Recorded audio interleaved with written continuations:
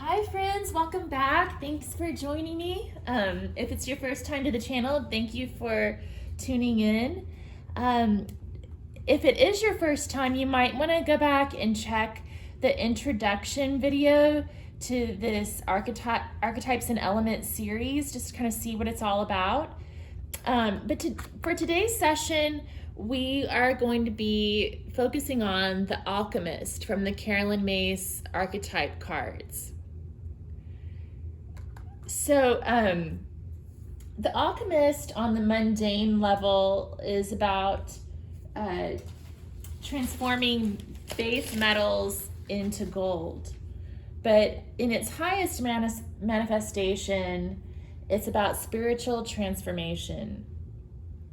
So some of the occupational and sub-archetype descriptions that correspond to the Alchemist are the wizard, the magician, the scientist, and the inventor. So some questions you can ask yourself to determine whether the Alchemist is one of your core 12 archetypes. Are you interested in a path of spiritual development aligned to the mystery schools? Do you study the laws of the universe? And does your work life or your home situation demand inventiveness and intervention on a regular basis? So the light attributes of the Alchemist: transformation of base motives and goals into golden wisdom. And the shadow attribute is that misuse of the power and knowledge that come through spiritual practice.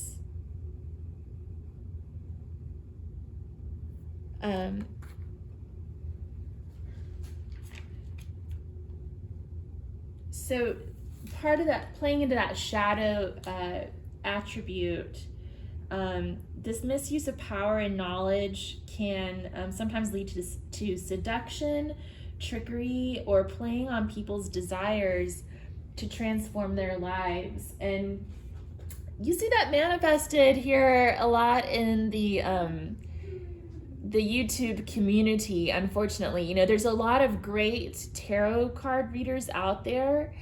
There's also a lot of readers that have a tendency to focus a little bit more on getting people hooked on the twin flame journey, or thinking that a lover's going to return, get kind of playing into their love addiction and that sort of thing. So it's just something to be aware of as you're making your path through this journey. So I just realized I did not deal out all of the cards for this spread, so I'm going to do that now. I'll finish dealing out the rest.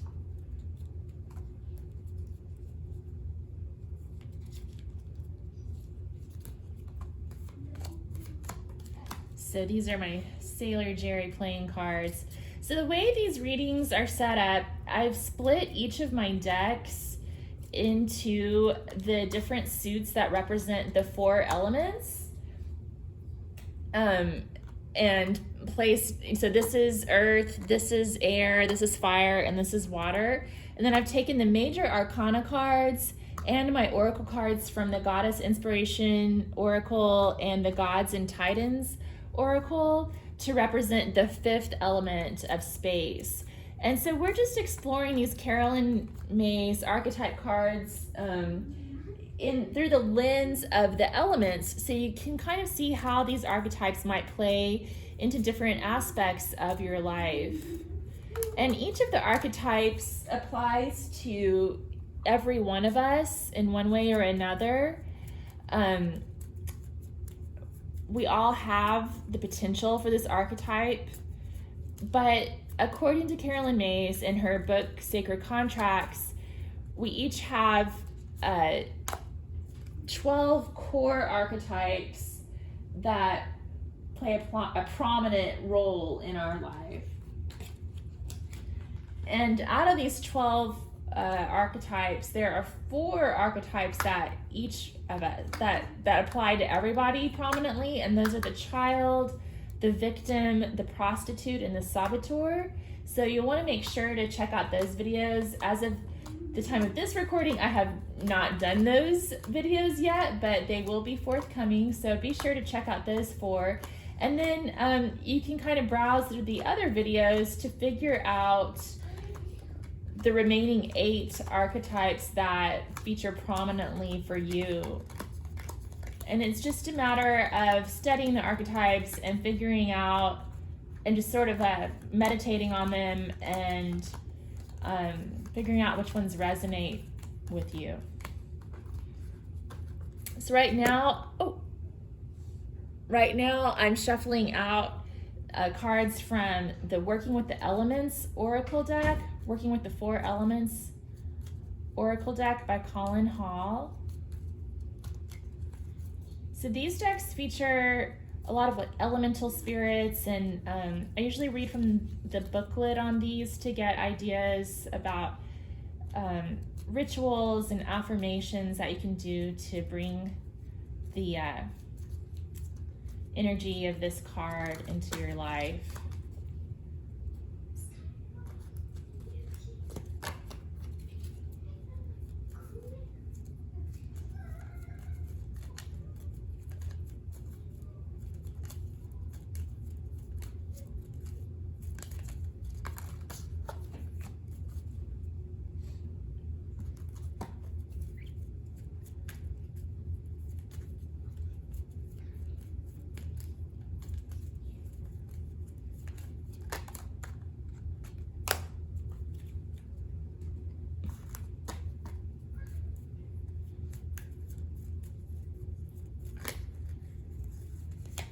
Okay, so let's dig into this.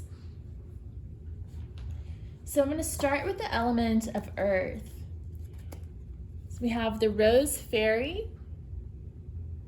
And we're just going to look at all of the elemental cards first, and then I'll go into the interpretations. We have the Jack of Diamonds. And the Jack can represent the page or the knight, but usually he manifests more so as the knight. The 3 of Coins,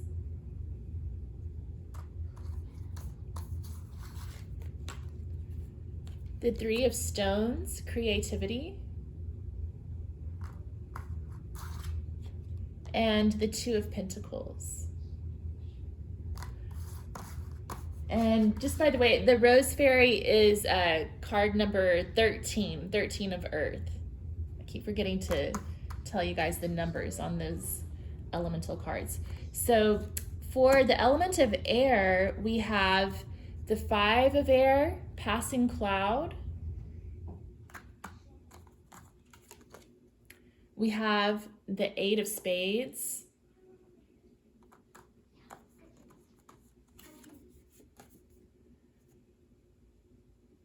We have the 6 of Blades.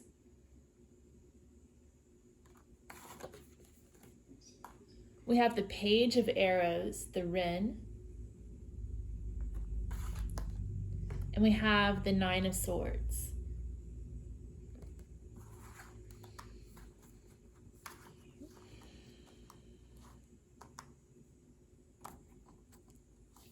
From the element of fire, we have card number 8, Red Angel. The 7 of Wands, 7 of Clubs, same thing, but still. The Ace of Rods.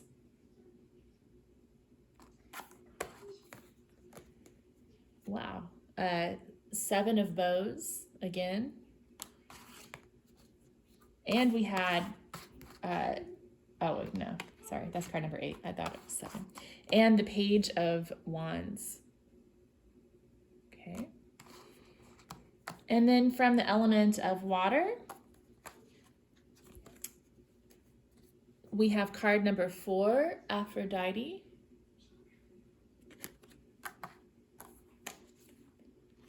The 10 of Hearts from the Sailor Jerry deck. The 4 of Elixirs from the Ancient Anatomy Tarot. I'm sorry, it's antique anatomy, not ancient anatomy. Keep saying that.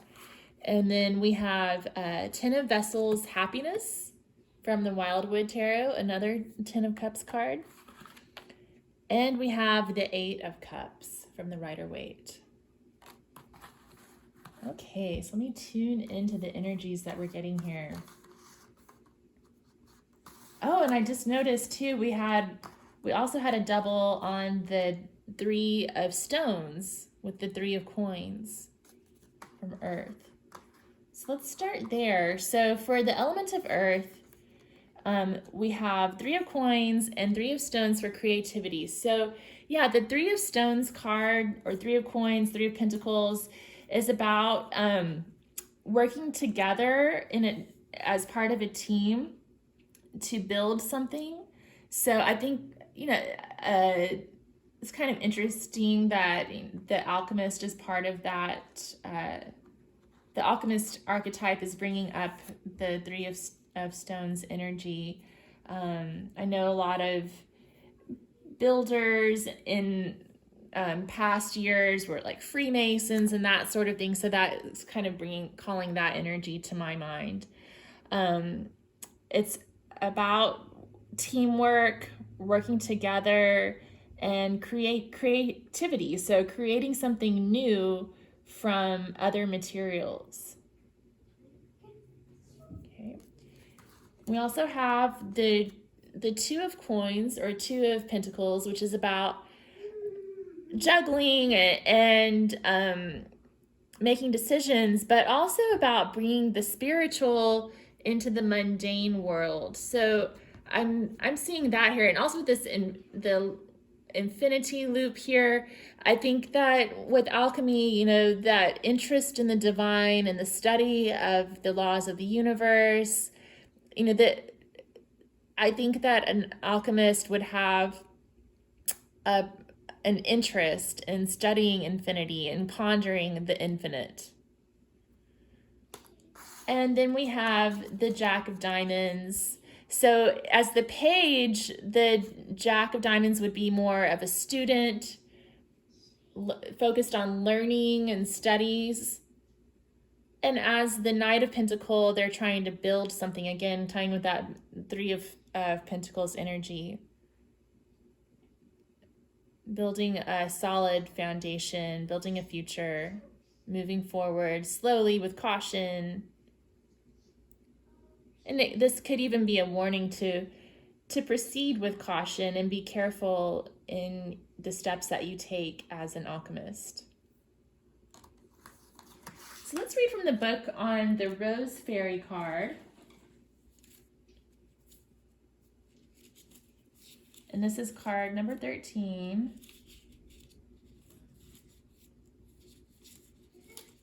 Of Earth.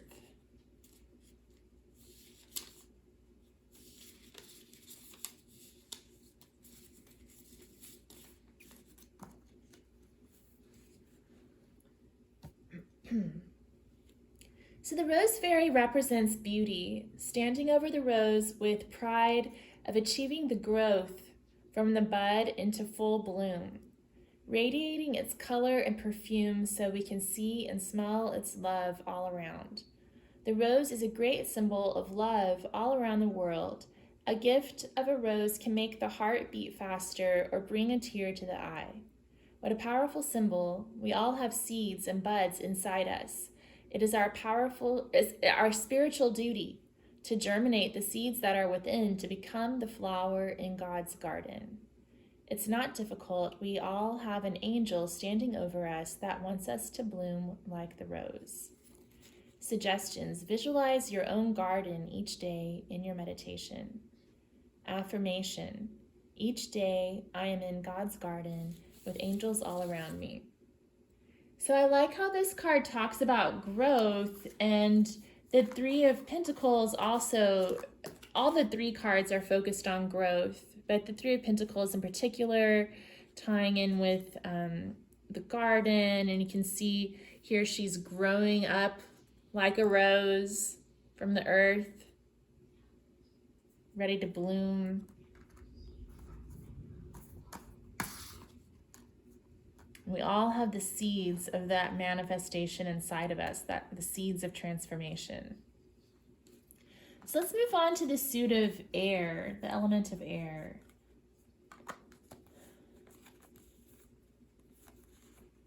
We've got the 9 of Swords, the Page of Arrows, the 6 of Blades, and the 8 of Spades, along with card number 5, Passing Cloud. So these are some difficult energies, and I think that what I'm getting here are that, there's a lot of difficult lessons for the alchemist to learn. Lessons that can maybe lead to overthinking and despair at times. This could also represent the pain of the people who sometimes get taken for a ride by the shadow side of the alchemist, having their loss and pain turned against them in their desires to transform their life. This card could also represent that point in life where you decide, okay, I've got to transform something here. Something needs to change. You kind of have to hit this point in order to initiate the process. And then with this 8 of Spades coming in, that's the victim card. So that's the card about, where you feel so trapped in your own thoughts. And I think with the 9 of Swords, you're starting to realize, okay, I can't just keep blaming everybody else for my problems. I've got to take responsibility and transform my life on my own. And the 6 of Blades is about moving from that place of instability and insecurity to a place of calm and harmony and peace, and cutting out things that you need to leave in the past behind. And then we have the Page of Arrows, the Wren. I think I'm going to read a little bit from the Waite Tarot book about that one, because I know the Wren is very significant.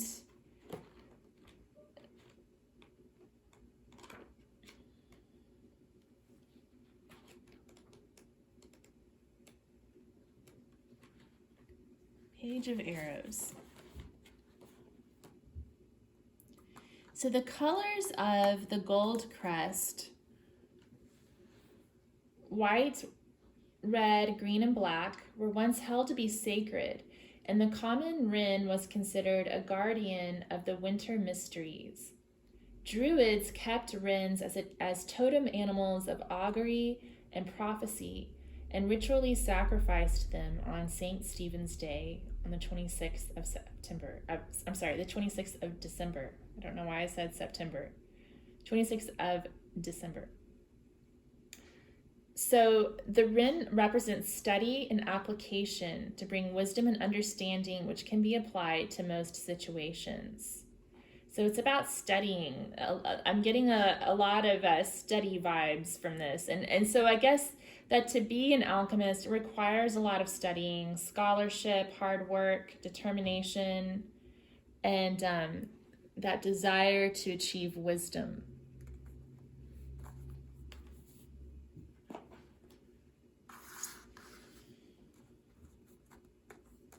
And I would consider the ancient Druids to be sort of an early version of the alchemist. So for Passing Cloud,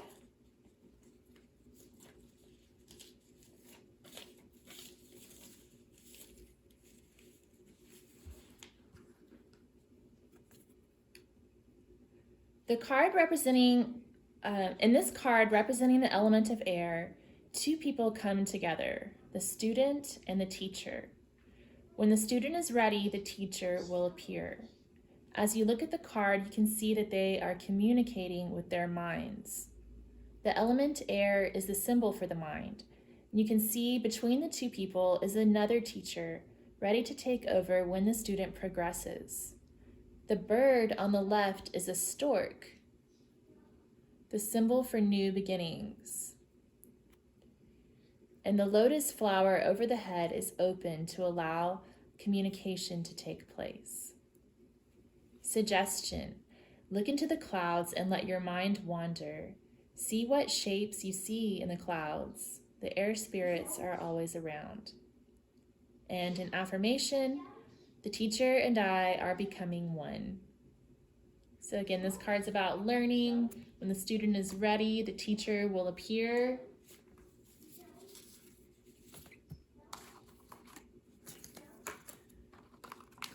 Big apprenticeship vibe coming from that stack. So for the element of fire, we've got the Page of Wands, the Seven of Bows, the Ace of Rods, and the Seven of Clubs again. So Seven of Wands shows up twice here. And we have the Red Angel. So since the 7 popped up twice, let's talk about that first. So in this Wildwood Tarot deck, the Seven of Bows is called clearance. So it's about clearing away things that no longer serve you to make way for the new, clearing out the old to make room for the new. And in the traditional meaning of the Seven of Clubs or Seven of Wands card, it's about choosing your battles and standing your ground, being ready to put up a fight for what's right. The Page of Wands is about having a sense of adventure and excitement, being ready for a journey. And then we have the Ace of Rods. Again, it's a very spiritual card. It's about passion, following that higher path. So I think from this pile, what I'm getting is that, you just need to be clear in your intentions and stay true to your path and follow the direction that your spirit guides are leading you, your intuition. So let's read from the book on about the Red Angel. Fire. 8 of Fire.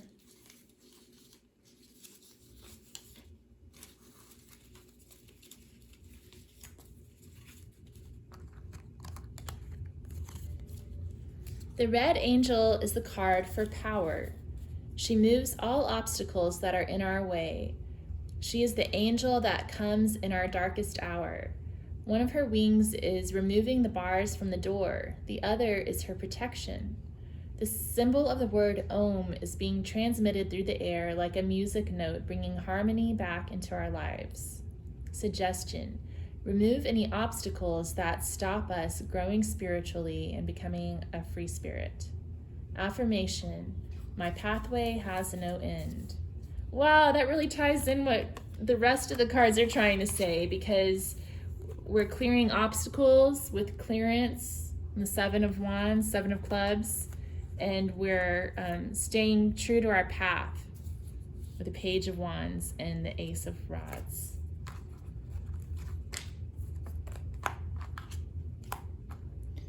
All right, so for water, we have the 8 of Cups. We have the 4 of Elixirs. And then we have the 10 of Vessels or 10 of Cups twice. Let's start with the 10 of Cups then. So in the Wildwood Tarot, the 10 of Vessels is for happiness. This is the card. It's so pretty. And that's really what the 10 of Cups usually means, happiness. It can also mean family, togetherness. With the elephant here, that's reminding me of how elephants are such emotional creatures. I think that might be why they chose to put the elephant on the suit of hearts for this deck. I'm not quite sure, but so how does that tie in with the Alchemist archetype? I think it's just about staying true on your path and focusing on the destination of happiness and what really matters. prosperity. You know, the Ten of Hearts is a lot different than the Ten of Pentacles. Well, it's not a lot different. They're both about family, but I guess the key difference is that with the Ten of Pentacles, the focus is more on the material things, that like turning the base metals into gold. But the higher manifestation of the alchemist is spiritual transformation. So this is the end game for the alchemist who's searching for spiritual transformation. But on the way there's a few things we might come across. So with the Four of Elixirs, on the traditional Rider-Waite, this card shows a figure sitting under a tree contemplating 3 cups, and a 4th cup is being offered to him, but he's not even paying attention to it. It kind of represents having the blues, maybe boredom, apathy. On this interpretation of the Four of Elixirs, we have bottles of all kinds of interesting stuff. We've got arsenic, morphine, arsenic pills, morphine fever remedy, heroin cough tonic, and cyanide pills. It's kind of funny because, you know, back in the days when these elixirs were popular, I mean, you could walk into the drugstore and buy that kind of stuff. So I think what this is talking about is sort of that apathetic feeling that that sets in when people use substances and things like that. Maybe a warning against addiction and just becoming muddled in the mind. Trying to make sure that you stay clear in your mind. And then with the Eight of Cups, we see a figure walking away, sort of with a sense of regret, but also hope. And a lot of times when I see this Eight of Cups, especially in this one here, it's kind of interesting. He's walking away from those those 8 cups to find the 10 of Cups, his happiness. So sometimes some things need to be left behind to find happiness. And that's the sad part of the journey, is when you have to say goodbye to certain things. I'll check one thing real quick.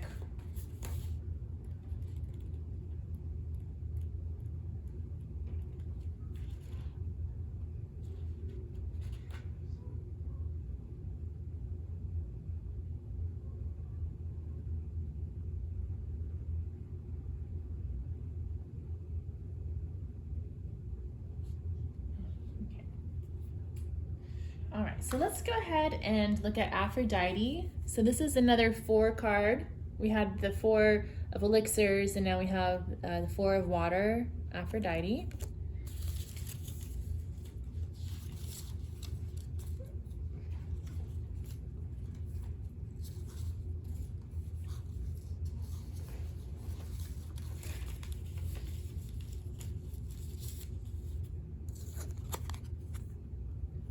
Okay, so the goddess of love, beauty, and sexual desire, often helping young people in love.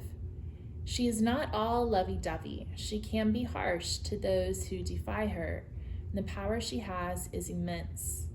She is a teacher, helping you to understand liberated sexuality and relationships. Her attributes are swans, doves, and dolphins. Suggestion: visualize swimming with dolphins and let them take you to new places. An affirmation is, an all-encompassing love fills me. Very interesting. And something I'm getting with this pile is, it's pulling me back to what I was saying earlier about how some of these there are some card readers on YouTube who kind of drag people into this love addiction. So this pile is kind of reminding me of that aspect of this, and just being sure to stay clear and realize that, not every offer has to be accepted, and some things are better to walk away from. And focusing on true happiness is really important in this journey. Also, I think that that apathy part of the Four of Elixirs ties back in with what we were saying on the fire pile, and making sure to follow the call of your spirit and your intuition, and go with what energizes you, and walk away from the things that kind of drag you down into boredom and apathy. Following your passion. Okay, so now for the fifth element of space. I think I'd like to start with the Divine Masculine Gods and Titans Oracle. So we have Helios, cycles. Let's see what the book has to say about Helios.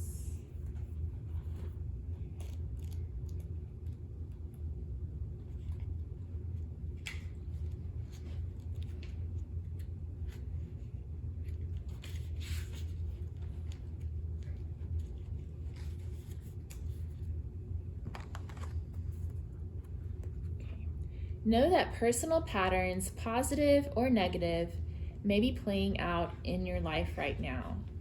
Plug into the cycles of nature for renewal and vitality.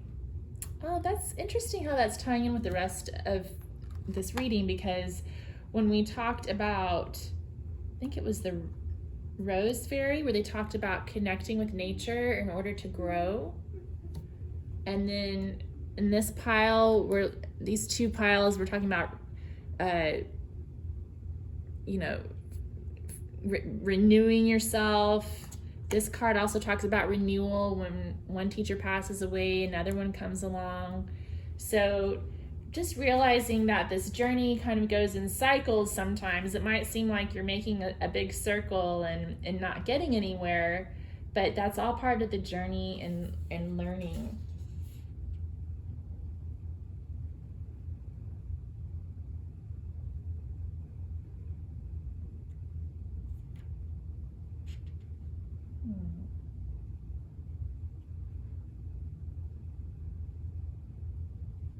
Accessing the energy of Helios illuminates the patterns and cycles in your life, the productive ones and the ones you would rather interrupt.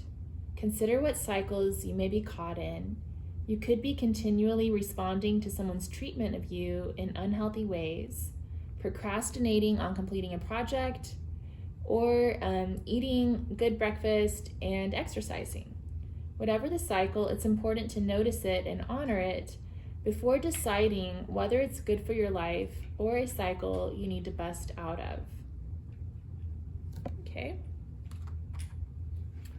So let's also look at the Divine Feminine side.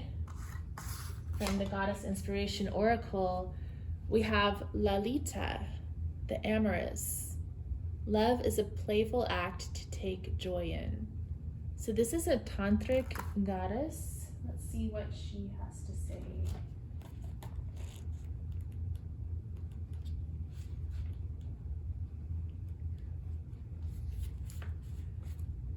So Lalita is the amorous one, and she's associated with love, flirting, and the universe. Lalita is honored in India as the goddess of love and passion. Appropriately, this deity's name translates as the amorous. Some believe that Lalita amuses herself by playing with the universe like a flirtatious woman, enticing an enthralled lover. As she does so, she creates and embodies all of life, just as the act of love can create life.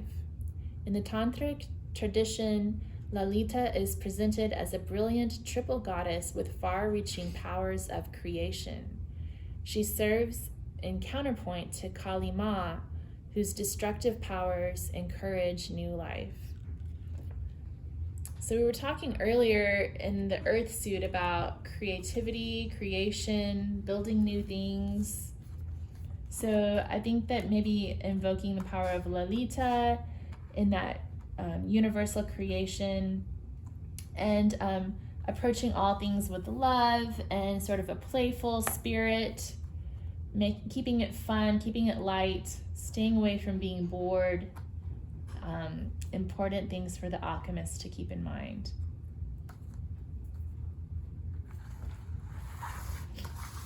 That might also come into play for those of you who embody the scientist occupational subcategory of the alchemist. You know, I know that scientists sometimes have a reputation for being kind of dry and boring, so maybe this reading is telling the scientist in all of us to have a little more fun with life, be a little more spiritual, and realize that, you know, everything happens for a reason, and we need to just honor that. All right, so from the major arcana, we have the Star from the Rider Waite, the Hooded Man, card number 9 from the Wildwood Tarot. This is like the Hermit card. And we have card number 8, Strength, from the Antique Anatomy Tarot.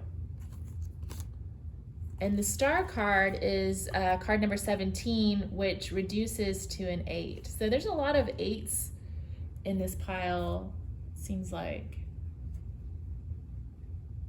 Okay, so let's see, what am I getting here? So I think it's interesting that Temperance did not come out, because that Temperance is usually the card I associate with alchemy the most, as well as like the Magician card. Neither one of those came out, but the Star card did come out, and I sort of see that as a similar card to Temperance in that she's pouring water out onto the earth and into the water. She's got 1 foot on the earth and 1 foot in the water. So I think that this is just sort of a more vulnerable and quiet version of Temperance. There's a little more of a focus on healing and also on wish fulfillment, focusing on the Star, keeping your chakras in alignment. Okay. And the reason I say that is that the 7 stars on the Star card represent the 7 chakras. Strength is again about using a quiet strength to apply your will rather than being overtly forceful. We also have red flowers here, the color of passion. So again, I think it's important to follow your passion. Do what's healthy, make good choices, find creative solutions to problems. And the Hooded Man is about wisdom, going within to seek wisdom. And we have the Wren here again. Remember how we had the Wren in the element of air? The Wren also is featured on the Hooded Man card, representing study and wisdom. Okay, so let's draw some quotes and then we'll close this out.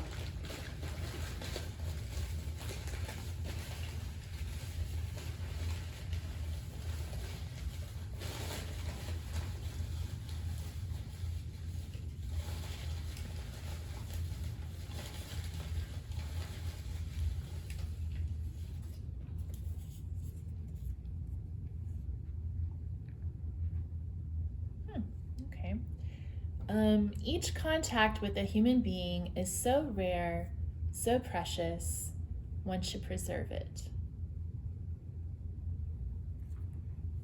Let's see.